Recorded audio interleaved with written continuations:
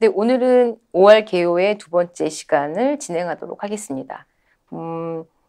지난주에 했었던 내용과 약간 연결이 되는 부분들도 있어요. 그래서 지난 시간에 여러분들이 학습했었던 것들을 한번 머릿속에 새기면서 다시 수업을 들으시면 더 좋을 것 같습니다. 오늘은 이 문제 해결을 위한 경영과학적인 접근 방법에 대해서 한번 얘기를 해보고요.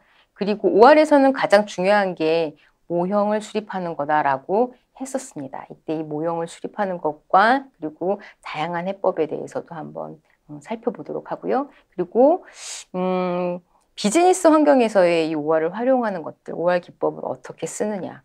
굉장히 많아요. 굉장히 많은데 그 중에서 가장 기본적이 되는 부분에 대해서 한번 이번 시간에 살펴보도록 하겠습니다.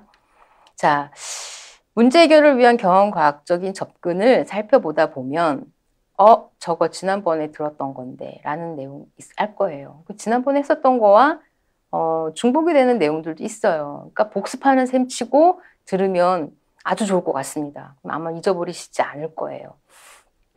자, 우리가 첫 시간에 잠깐 OR은 경영과학이라고도 불려요 라고 했었어요. 그래서 특히 경영학 쪽에서는 OR이라고 부르지 않고 그냥 경영과학이다라고 하고요.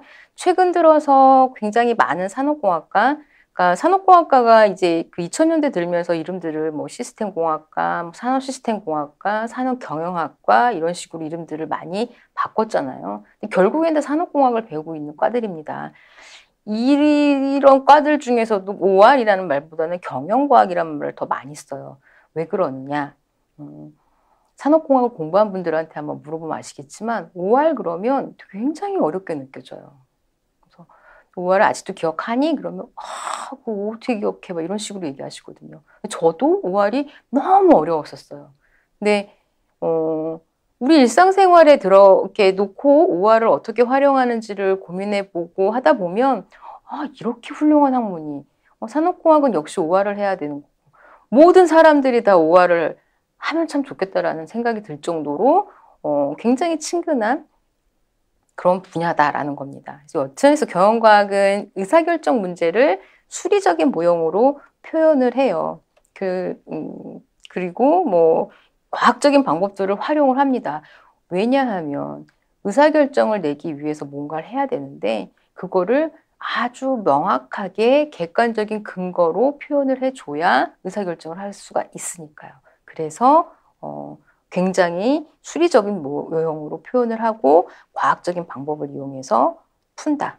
최적의 대안을 내는 학문이다. 얼마나 훌륭한 학문이냐라는 겁니다. 여러분 아마 들어보셨는지 모르겠는데 비즈니스 애널리틱스라는 것이 있습니다. 이제 이 비즈니스 애널리틱스라는 거는 이제 뭐 BA라고도 표현이 되는데 산업체에서도 아주 다양한 분야에서 활용이 돼요. 데이터를 분석하는 경우도 있긴 하지만 여기에서 말하는 데이터라는 거는 그 산업에서 비즈니스에서 활용하는 데이터들을 말하기도 하죠. 그런 거를 분석하는 사람인데도 뭐 비즈니스 애널리틱스다라고 얘기를 하기도 하고 비즈니스 자체를 분석하는 경우도 있어요. 그럴 때도 비즈니스 애널리틱스 BA라는 말을 씁니다. 이때 굉장히 중요한 핵심 요소다라는 거예요. 왜냐?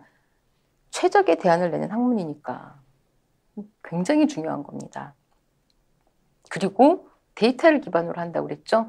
모형을 만들 때 데이터가 얼마나 자세하고 정확하고 명확하고 그리고 풍부하냐에 따라서 OR의 결과가 달라가 얼마나 내가 신뢰도를 갖고 볼 수 있느냐를 결정할 수 있습니다. 자, 데이터와 의사결정 환경이 아주 복잡 다양해질수록 굉장히 중요하게 대두가 됩니다. 그럴 수밖에 없죠. 내가 선택해야 되는 안이 굉장히 많아지면 어떻게 선택을 하지? 이거도 굉장히 힘들어져요. 이때 OR을 활용을 하면 아주 도움이 된다는 겁니다.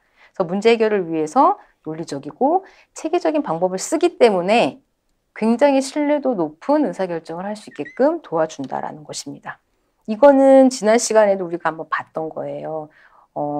일반적으로 사람들이 의사결정을 할 때 내는 그 접근 프로세스가 있었죠. 그때는 뭐 있었어요? 문제를 정의한다. 문제를 모형화한다. 푼다. 실행한다. 였었잖아요.